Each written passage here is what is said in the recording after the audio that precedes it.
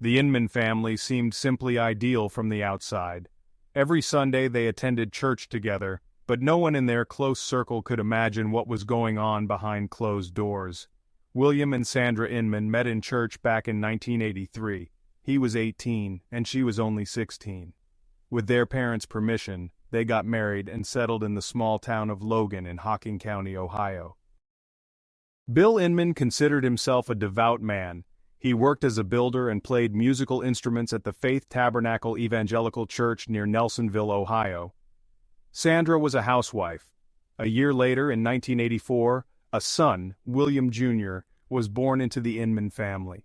To avoid confusion, the head of the family was called Bill, while the son was known as Will. William Jr. grew up, and at the age of 17 in 2001, he met a girl named Summer Cook in church. She was only 15. Their meeting was reminiscent of the Inman's own courtship. Will and Summer were friends for 3 years, and when Summer turned 18 in 2004, the couple got married. The newlyweds immediately began living with Will's parents in a spacious house in Logan. In 2004, 39-year-old Bill Inman envisioned himself as a religious leader and turned his garage into an impromptu church, holding services there. Local residents were skeptical, but gradually, more people began to attend his makeshift church, praying, seeking solace, and leaving donations. In 2005, Will and Summer had their first son, Alex. However, the Inman family began to experience financial difficulties. Bill's church activities did not bring in much income, prompting the family to move to Florida in 2006 in search of work. There, Bill quickly found a job in hotel construction while Summer cared for the home and raised Alex. 2 years later, the Inman family returned to Ohio, having lost their house in Logan. They rented another home in the countryside of Winton. In 2008, Will and Summer welcomed a daughter, Kelly, and 2 years later, their third child, daughter Alana, arrived. Every weekend, the young parents tried to escape for a day to unwind, with Sandra happily supporting them, enjoying time with her grandchildren. In the spring of 2010, Bill Inman received his pastor's license, calling himself the leader of the Tabernacle of Faith Church. Together with Sandra, he registered a non-profit organization called Mercy Ranch, aiming to help those who lost their jobs and homes. He dreamed of building a large house to shelter orphans and widows, but the family lacked the funds for construction. To finance the project, Bill organized a lottery, selling tickets for $10 each, promising a big prize to one lucky winner. By September 2010, Bill had sold 100,000 tickets, raising $1 million. However, in June of that year, Summer announced to Will that she wanted a divorce after 6 years of marriage. Shortly before this, she had written in her personal diary, "I'm so tired of pleasing everyone. I'm tired. Don't I deserve happiness? Don't I deserve to love someone and feel love in return? I want to tell Will everything I feel. I don't want to be with him anymore. I want to understand who I am now. I love my children with all my heart, but I don't want them to see me simply following orders. Will try to force me to stay, but I know that it won't change anything. Last night, William asked me what I want, and I don't know. I only know what I don't want. I don't want to be unhappy and feel trapped, but I couldn't tell him that, so I just sat in silence. Every day I just want to cry and sleep, nothing more. I just don't know how to get out of this situation so that everything will be fine. I hope that when I make the next entry, I will understand how to solve everything." Summer filed for divorce and moved out of the Inman house, taking her son and 2 daughters with her, along with her personal belongings. They settled in her parents' house. Although she didn't want to deprive the children of their father, she allowed them to see him and their grandparents. 2 months after leaving her husband, in August 2010, Summer began dating a man named Adam Peters. At the same time, she got a job at a bank in the center of Logan, working as a cleaner since she had no formal education. September arrived, and the drawing for the house from the non-profit organization Mercy, owned by the Inman family, was approaching. However, by that time, construction of the prize house had not even begun. September passed, then October, but there was still no progress. The drawing never took place, and no reasons were provided. Mercy was in no hurry to return people's money. On December 1, 2010, the Inman family was informed that they had to vacate their rented house due to significant rent arrears. Upon learning this, Summer and Adam went to the Inman house to retrieve her remaining belongings, but they were not allowed inside. Summer called the police, reporting that her husband was threatening her and preventing her from taking her things. When the police arrived, Will and his parents still didn't let anyone in. He threatened to shoot Adam and then got into a fight with a police officer. Summer filed a statement against Will, explaining that before the wedding, their relationship was ideal. However, after marriage he changed dramatically, becoming controlling and demanding. He dictated what she should do, from household chores to their intimate life. Summer was not allowed to go to bed without his permission, and he kept her captive at home, hiding her phone and keys. She revealed that Will wanted her to have 12 children, dreamed of a second wife, and frequently visited websites for polygamous families where he shared explicit photos. Summer claimed he threatened to kill her if she sought a divorce and even took her cats to an unknown location, later claiming they had jumped out of a window. He laughed and said she would never see them again.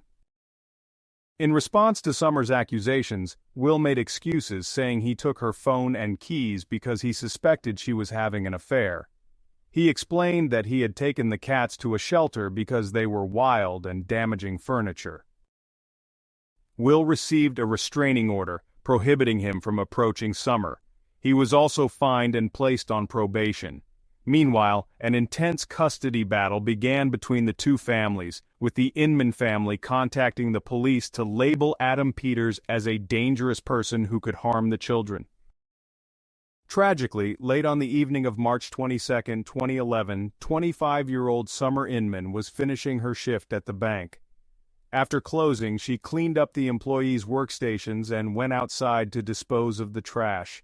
It was already 11 p.m. Summer texted Adam, whom she was supposed to meet after work, but he didn't arrive until after midnight. When Adam went to the bank, he walked around the building and found her belongings on the ground in an alley near a trash can. Her phone, keys, and a work player with headphones were scattered in the grass, along with her jacket. She called her parents, telling them that Summer was missing. They urged her to contact the police immediately. The parents first called the bank to inquire about their daughter, Summer Inman. They thought she might just be running late with her cleaning duties and had misplaced her phone and personal belongings. However, the bank's security guards were unaware of her whereabouts. After that, the parents contacted the Logan Police Department and reported their daughter's disappearance, noting that Summer had a clear schedule and rarely stayed late at work. The police arrived at the location where Summer's belongings were found. 3 witnesses were already present, claiming they had seen Summer being kidnapped just an hour earlier. 2 women, out for an evening jog, reported that they saw Summer going to throw out the garbage when a white Ford Crown Victoria pulled up.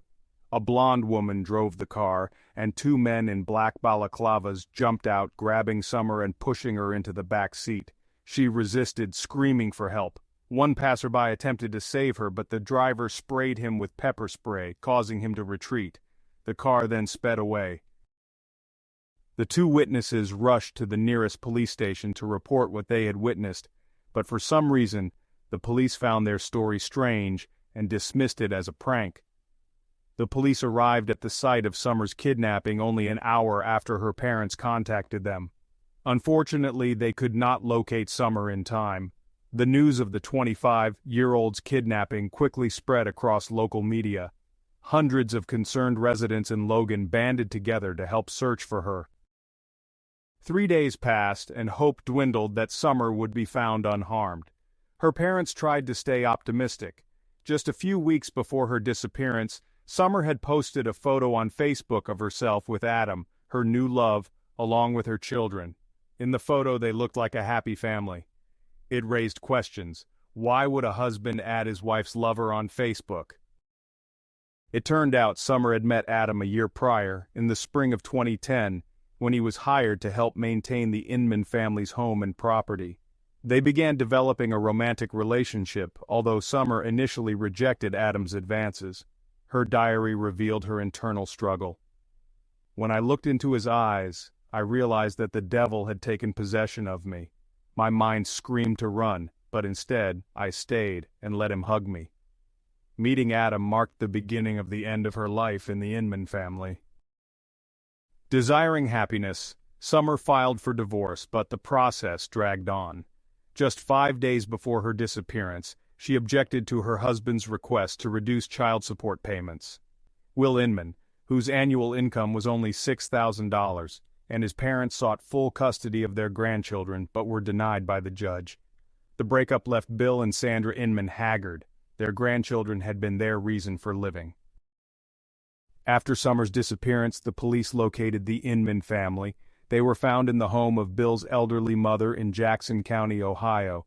All three, Bill, Sandra, and Will, claimed ignorance about Summer's abduction. They said they had gone to Cleveland to look at a new house, but their car broke down, forcing them to spend the night on the roadside. The police noted a white Ford Crown Victoria parked outside their house and confiscated its GPS system. They discovered that on the afternoon of March 22nd, the day Summer was kidnapped, the car had been in Logan. The GPS had been turned off at 5:30 p.m. and was not activated again until the following morning in Logan. Attempts to verify their whereabouts on March 22nd and 23 proved futile. Reports indicated that on the morning of March 23rd, the Inman family had visited a car wash for a complete interior cleaning. Witnesses confirmed that Summer was not with them. Afterward, they drove to a tire repair shop in Cleveland, where it struck the workers as odd that Bill replaced nearly new tires with used ones, claiming he simply didn't like the originals. Additionally, the family attempted to alter their car's appearance, removing a police searchlight that had been installed on the driver's side door. Ultimately, Bill, Sandra, and Will Inman were arrested and taken in for questioning. Before their arrest, Bill assured his elderly mother that they were innocent and claimed that this entire ordeal was the work of the devil. During interrogation, all three continued to claim their innocence and had no idea who kidnapped Summer Inman or for what purpose. A few hours later, realizing that they could face the death penalty if proven guilty, Sandra Inman broke down and confessed everything. She stated that it was they who kidnapped Summer that night on March 22nd and that the assailants were masked men. She admitted that her husband Bill and their son Will had physically assaulted her, and it was her idea to scare Summer. Sandra explained that they only intended to intimidate Summer, hoping this would allow them to see their grandchildren. However, things went horribly wrong when Summer was pushed into the car. Will used plastic zip ties to restrain her arms and legs, intending to frighten her. At some point, Will noticed that Summer was losing consciousness and shouted for a knife to cut her free. "Oh my God, Mom, where's the knife? I can't find it!" But moments later, Summer stopped breathing and died. Sandra insisted they never meant to kill her. Their goal was simply to resolve their custody issues. On March 29, 2011, 7 days after the abduction, Sandra Inman led police to the location where they had hidden Summer's body.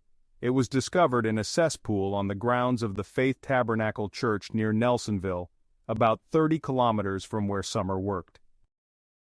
Bill Inman had helped construct that church, where Sandra's family had celebrated weddings years earlier.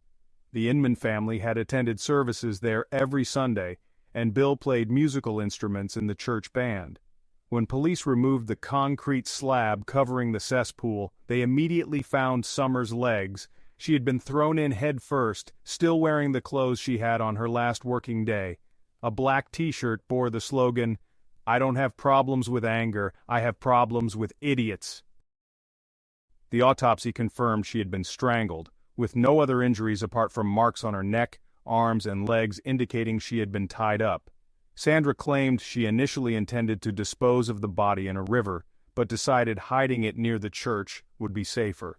She expressed deep shame over her actions. A trial soon followed. Bill Inman, 49, and Will Inman, 28, maintained their innocence regarding Summer's death. They hardly spoke during the proceedings, showed little emotion, and avoided making eye contact with Summer's parents. Sandra, 47, was the only one who admitted guilt, attempting to take full responsibility for the actions. In tears, she turned to Summer's parents, begging for forgiveness.